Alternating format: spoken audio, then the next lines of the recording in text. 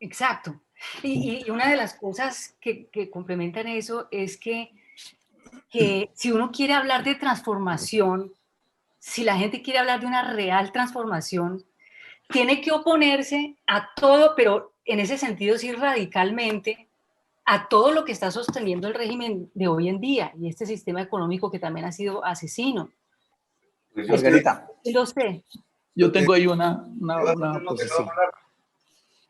No, voy a decir algo ahí sobre el centro, porque lo hemos discutido también mucho dentro del movimiento. Y es que, digamos, Petro siempre ha hablado, pronto se le olvidó decirlo ahora, de la política de la vida y la política de la muerte. Y él dice que entre la política de la vida y la política de la muerte no puede haber un centro.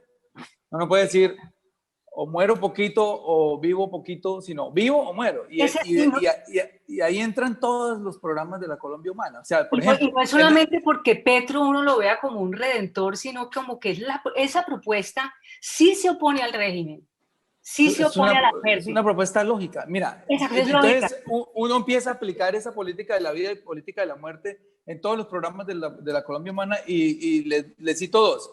En la posición frente al fracking, por ejemplo. Claro. Es una práctica que ya todo el mundo conoce,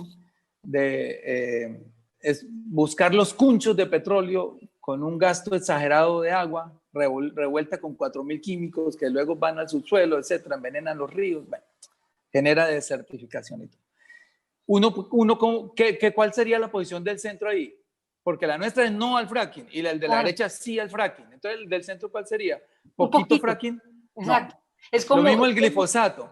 Glifosato. Sí. Nosotros no el glifosato porque envenena los ríos, envenena a las personas, les genera cáncer, genera nuevas deforestaciones, porque el narcotraficante no por el hecho de que le fumiguen hoy aquí el cultivo se va del negocio y no va y deforesta en otro lado y siembra. Entonces nuestra posición es no al fracking, la del gobierno es sí al fracking, gobierno de derecha. ¿Cuál sería la posición del centro? Pero no hay una posición. Una lógica muy sencilla. Cuando Petro dice política de la vida, yo inmediatamente pienso, cuando lo leo, es una lógica de la vida que es, yo no sé, no tiene que ver con izquierda ni con derecha, sino una lógica muy sencilla, hasta muy obvia, porque es como preferir, como que lo ponga a uno a escoger entre tomar agua con mercurio y tomar agua pura.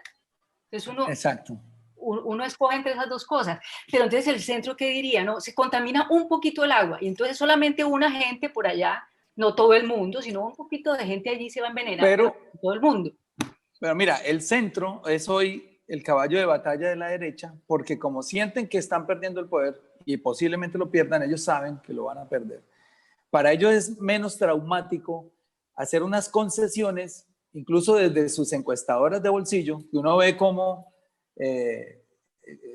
inflan sus candidatos, y uno sabe que ellos le tienen menos miedo a los candidatos de centro porque tienen un pie en el establecimiento y tienen otro pie en la gente. O sea, y si no tienen los dos pies entre la gente.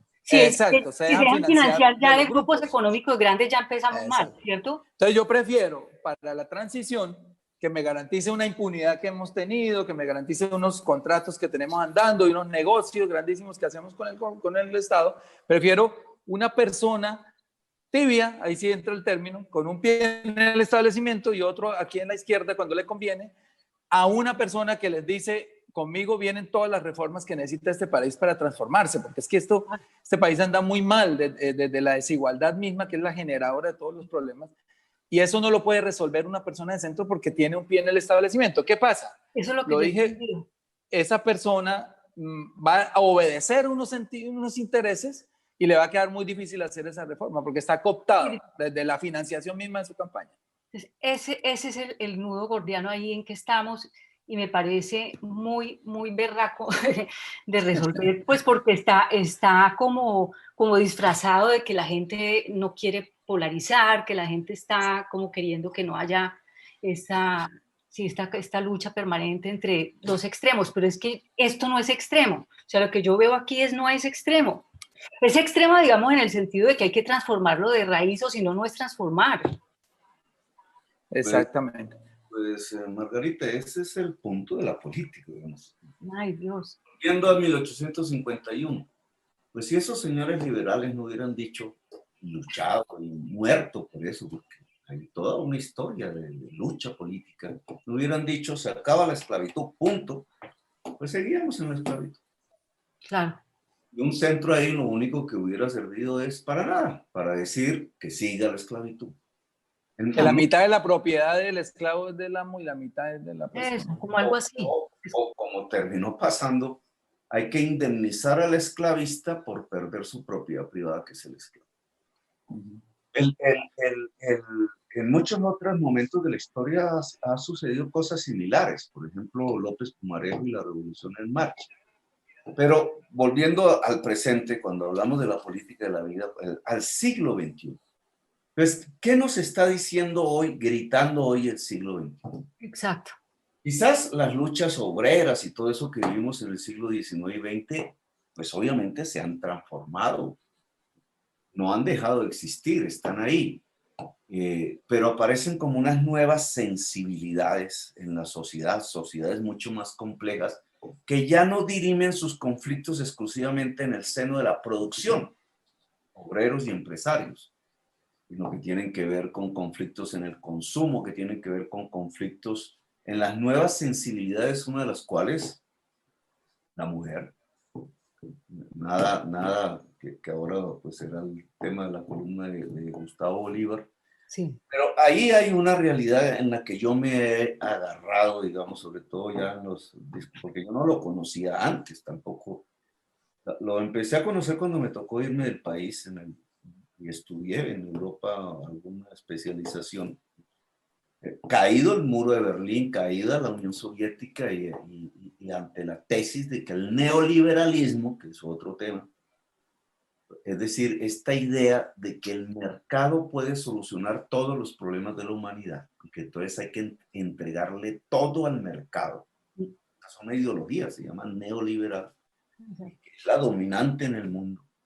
Entonces yo me fui a buscar ideas, allá encontré el ambientalismo, etcétera, y después el tema del cambio climático. Entonces cuando tú empiezas a estudiar ese tema,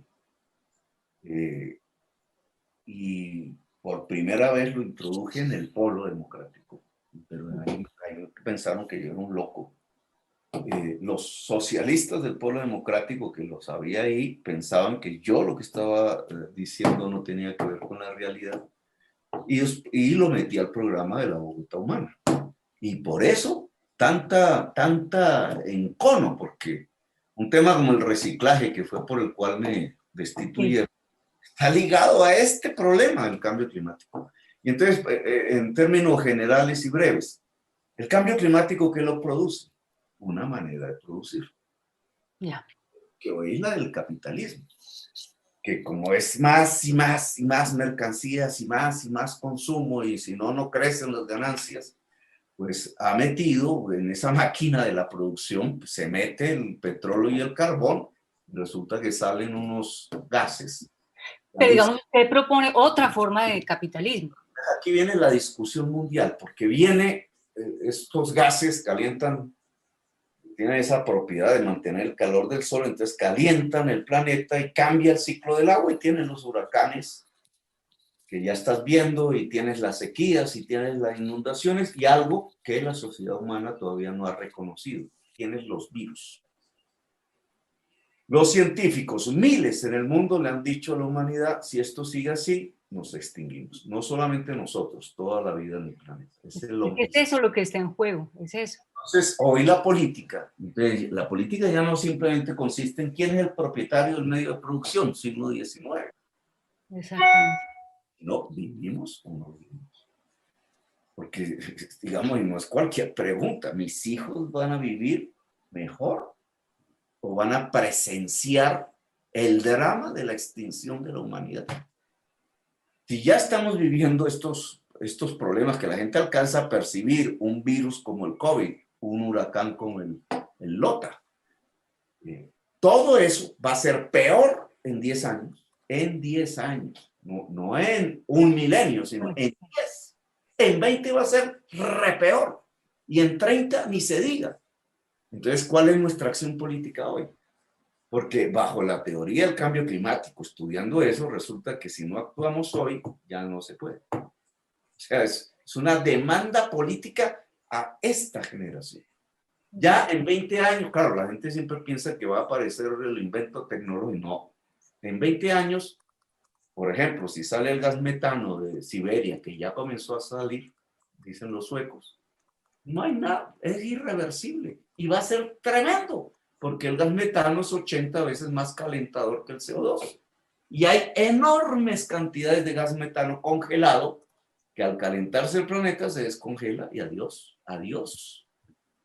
Entonces, y esto pues, pueden ver en las películas de ficción, no son películas de ficción. Estamos viviendo una posibilidad de extinción. ¿Qué la puede evitar? La política. Pero un determinado tipo de política. Y entonces, cuando te asomas a ese mundo de la lucha política, pues ves un Trump, ¿cierto? ¿Qué es Trump? El tipo que le dice a los gringos, oiga, no les voy a afectar su modo de vida, vamos a seguir usando los carros, los aviones.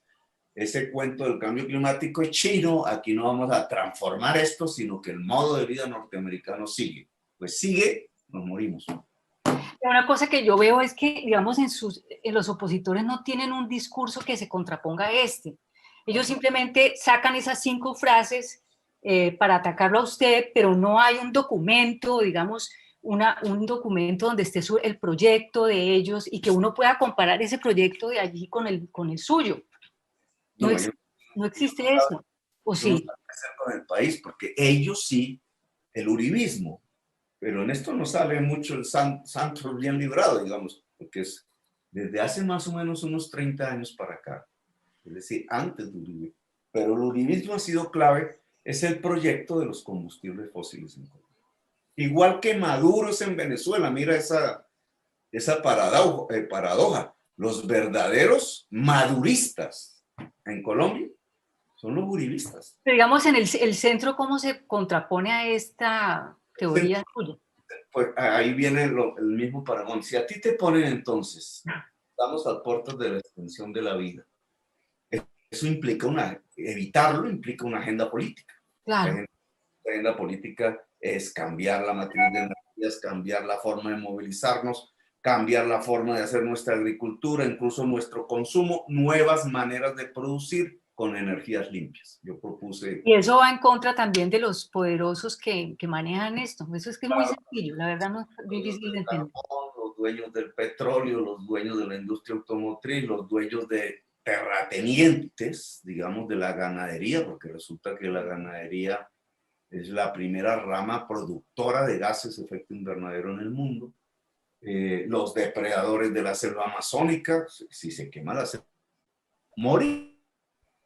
No es que, ay, pobrecito, una selva se acabó, no señores, es que la capacidad de absorber CO2 de la selva al eliminarse multiplica todo el efecto global de calentamiento y entonces se produjo el punto de no retorno, equivale al derretimiento del metano debajo de Siberia. Entonces, claro, nosotros tenemos una agenda. Es más, yo veo en esa agenda una posibilidad de progreso inmenso para Colombia. Claro. Pues podemos usar el sol como energía solar. Podemos, al cambiar las matrices de movilidad, pasarnos de las dobles calzadas a los ferrocarriles. Podemos generar muchísimo empleo poniéndole fibra óptica y paneles solares a los techos de la casa. Sí. ¿Sabe quién pierde con ponerle paneles solares a los techos de las casas? Pues el oligopolio de la energía eléctrica en Colombia. Es que es sencillo, realmente no hay que darse la cabeza. Bueno, ahora, ¿qué tal esa perla? ¿El centro qué piensa de eso? Nada. ¿Qué piensas? Eso es lo que yo quisiera que me respondieran. No piensan nada. Hicieron Hidroituango. Cuando, por ejemplo, cuando todo esto que es el plan, la lucha contra el cambio climático, le colocan el remoquete de extremistas sin conocer lo que estamos diciendo. Exacto, porque es que no leen. Porque aquí no estamos hablando de socialismo. No. De que la sociedad dentro de 30 años sea postcapitalista, eso no lo sabemos nosotros, pero nosotros no estamos proponiendo eso. Nosotros estamos proponiendo el desarrollo del capitalismo en Colombia, pero regulado desde el punto de vista de la economía descarbonizada, discúlpame la palabra, es decir, de una economía que no utilice el capital. Yo leyéndolo a usted y oyéndolo, eso es lo que yo entiendo. O sea, yo sola, porque a mí nadie me ha adoctrinado, yo vengo pues de un proceso largo de que no me importe la política en absoluto, hasta ahora que me ha parecido incluso criminal de mi parte como ciudadana voltear para otro lado y no mirar el horror de país que están haciendo. Y yo sí puedo decir que lo que yo he entendido es lo que usted está diciendo. Eso es lo Es, que yo leo.